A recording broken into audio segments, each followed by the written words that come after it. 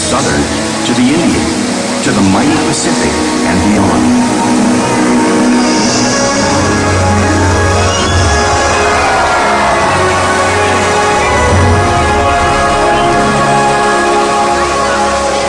This whale story is the ocean's story, and it is one we all share.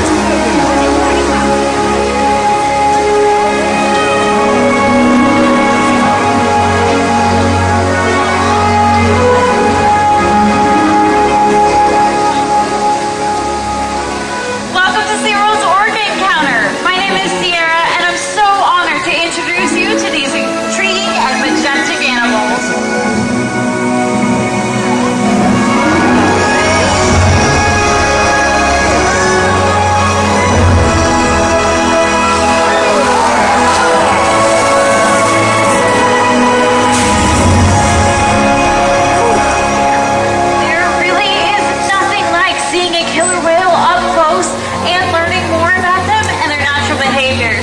We hope this Orca Encounter gives you a greater understanding of these magnificent creatures and all that they represent.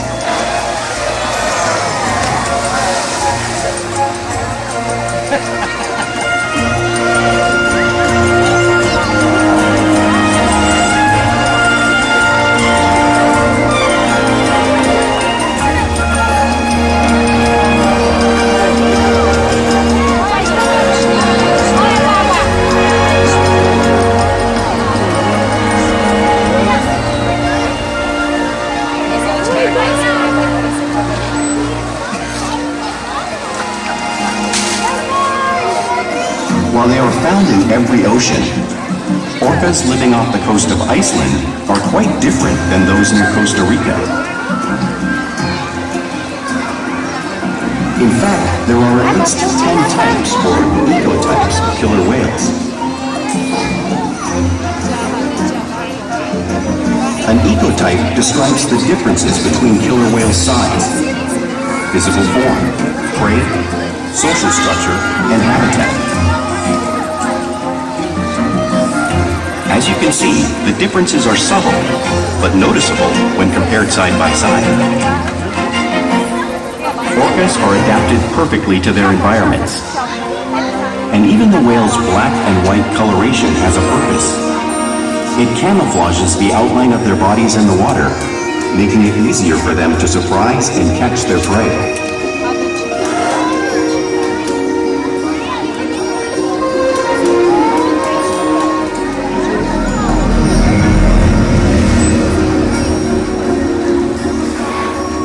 When viewed from above, the black of the whale blends in with the dark depths of the ocean.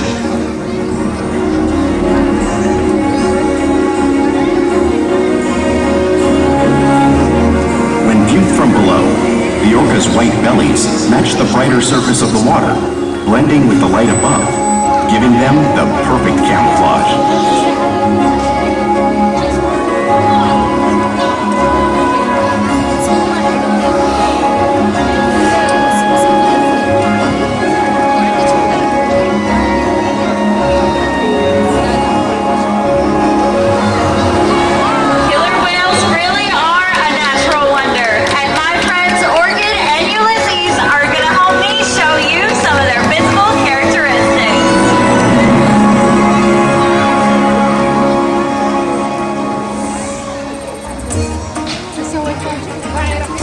Their blowhole is perfectly located for grabbing a quick breath of air at the surface of the water. Even the location of their eyes works to their advantage. It may look like they're located in that white oval eye patch, but that's actually just a visual distraction. They're really located just in front of that white patch, camouflaged from thrashing prey. The fin on top of the whale is called a dorsal fin. It helps stabilize whales while they swim and regulates their body temperature. There is no bone or muscle in that fin, so sometimes you may see it curve, just like with Ulises here.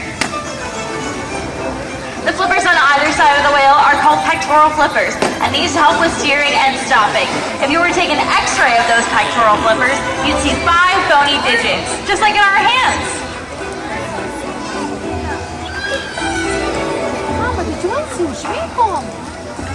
The lobes on either side of the tail are called flukes. Now, this is the killer whale's propelling them to top speeds of 30 miles an hour. That's almost as fast as some speedboats. However, killer whales swim the fastest and they use the most power when they're propelling their nearly 10,000-pound bodies all the way up and out of the water.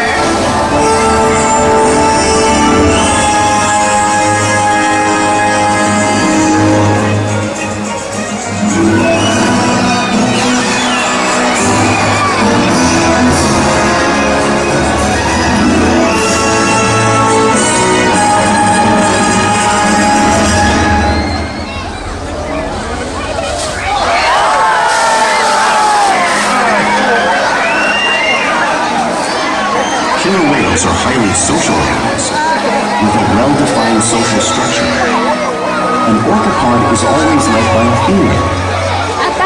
Though just half the size of her male counterpart, she is in charge. It's all about attitude, not size. Because they live and work as a group, orcas need to communicate with sounds and body language. Orcas use clicks for echolocation or navigation.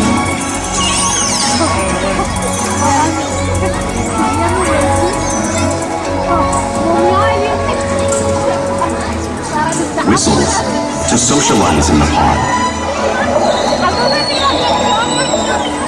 And calls for group coordination and hunting.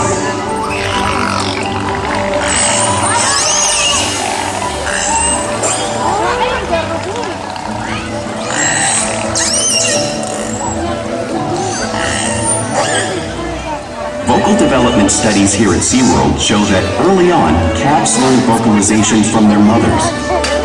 But as they grow, they learn from others close to them as well. This is a bottlenose dolphin call that Shouka learned and even taught other killer whales here at SeaWorld. In fact, orcas are the largest members of the dolphin family.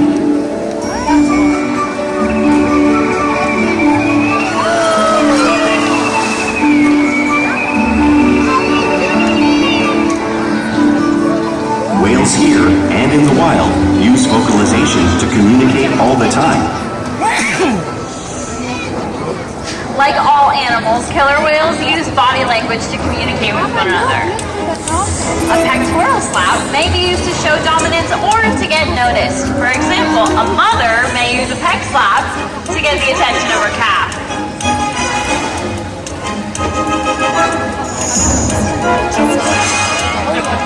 But when they really want to be heard, they breathe.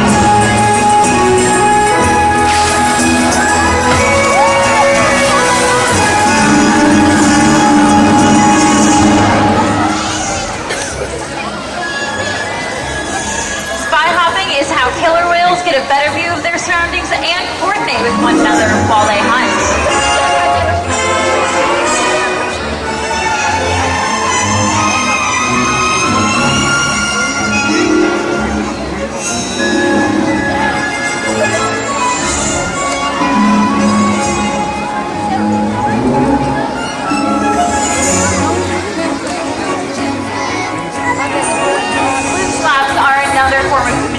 Killer whales use both in the wild and right here at SeaWorld.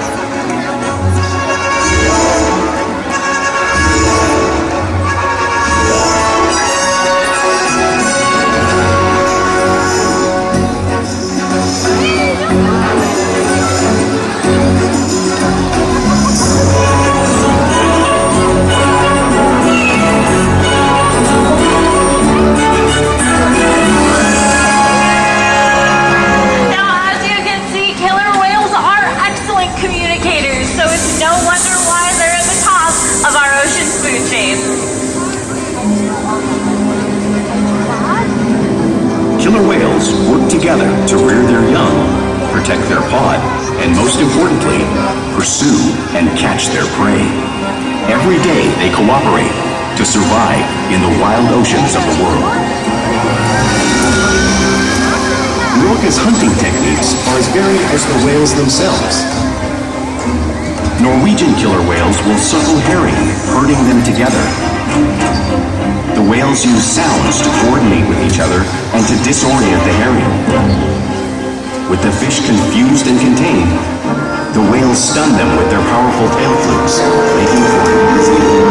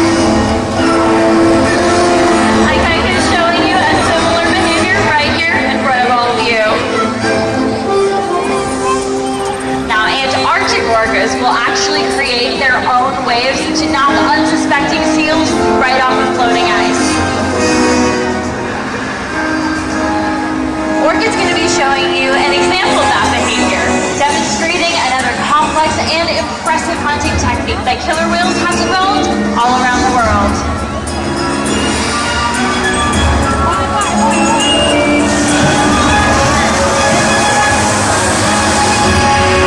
Now you guys just saw those waves crashing right here in front of all of you, but you can't imagine the real power or the amount of water displaced until you experience it for yourself. Luckily, I have 3 new friends here who have volunteered to help me show you the power of the wave. Let's give a round of applause, everybody! Alrighty, boys, you guys are going to take a seat right here.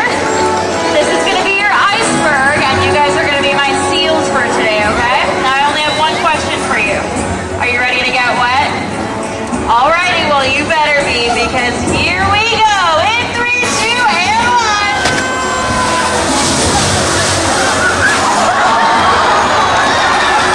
Awesome job, boys! Let's do high fives, high fives, high fives. Let's give a round of applause, everybody!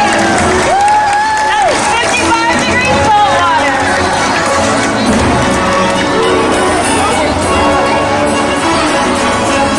Alrighty, one more time for our awesome volunteers.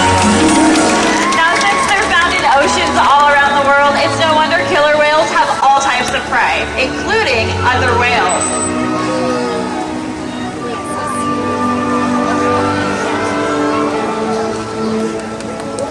The blue whale that you see on the screen there is the largest animal on Earth. It is nearly 5 times longer and 50 times heavier than a killer whale. So how does a whale the size of Shouka, for example, take on a whale that size in the wild? Well, it's all possible because killer whales are the ultimate team players.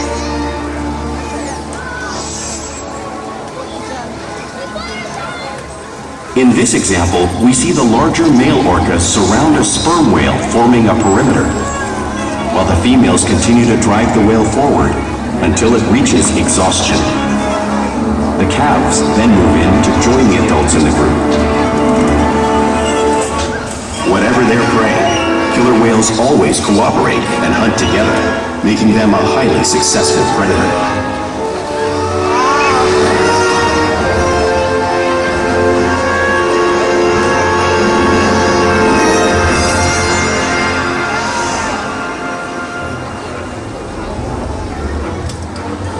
Play is an important part of everyday life for killer whales. It's how younger whales learn how to hunt and practice their skills as they grow.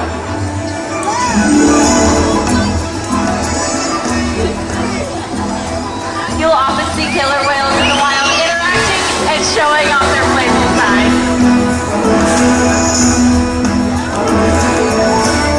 Porpoising is when a killer whale swims really fast at the surface of the water, breaking out just briefly.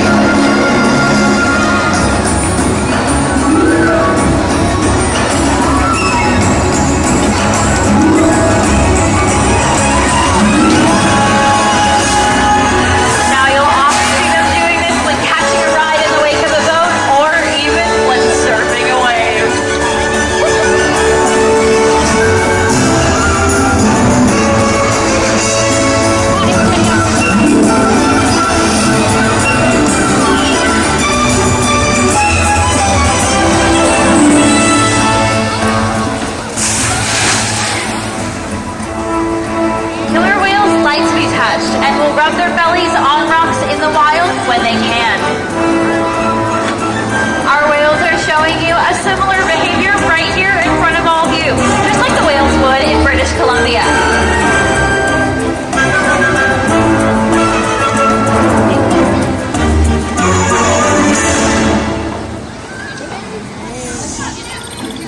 You'll often see killer whales in the wild imitate one another. We see it here at SeaWorld all the time. The whales are constantly mimicking and learning from one another.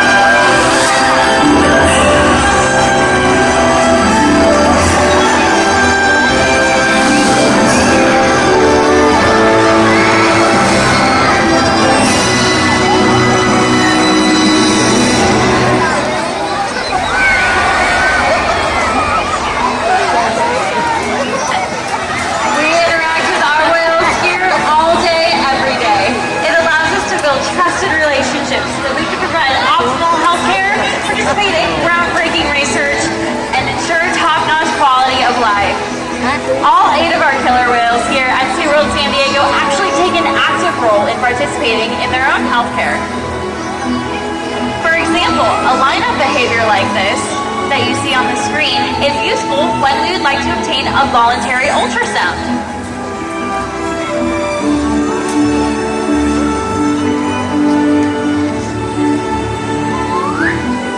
Our whales will even slide up onto a scale so we can monitor their weight, just like you see Orkid doing in the video on the screen.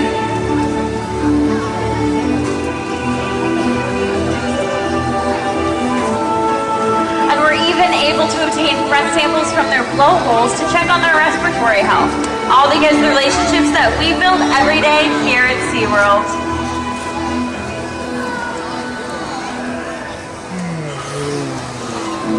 Now, I'd like to take this time to introduce you to a very special whale. Everybody put your hands together for Miss Shouka! Now, Shouka is one of the most athletic whales in our pod. And she actually used to live with a pod of bottlenose dolphins. So she knows her very own bottlenose dolphin call and was even able to teach that to some of the members of our pod.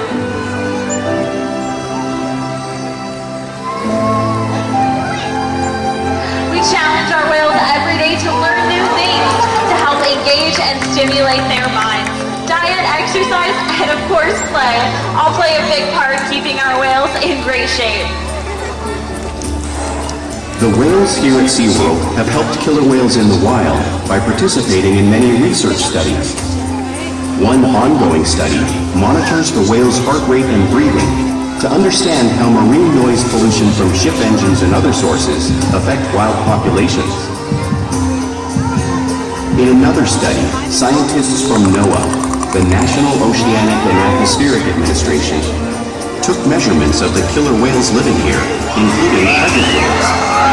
By comparing these measurements with drone footage of killer whales in the wild, scientists are able to monitor the wild population's nutritional and reproductive status. Other research has been done here at SeaWorld on the mother whale's fluke composition.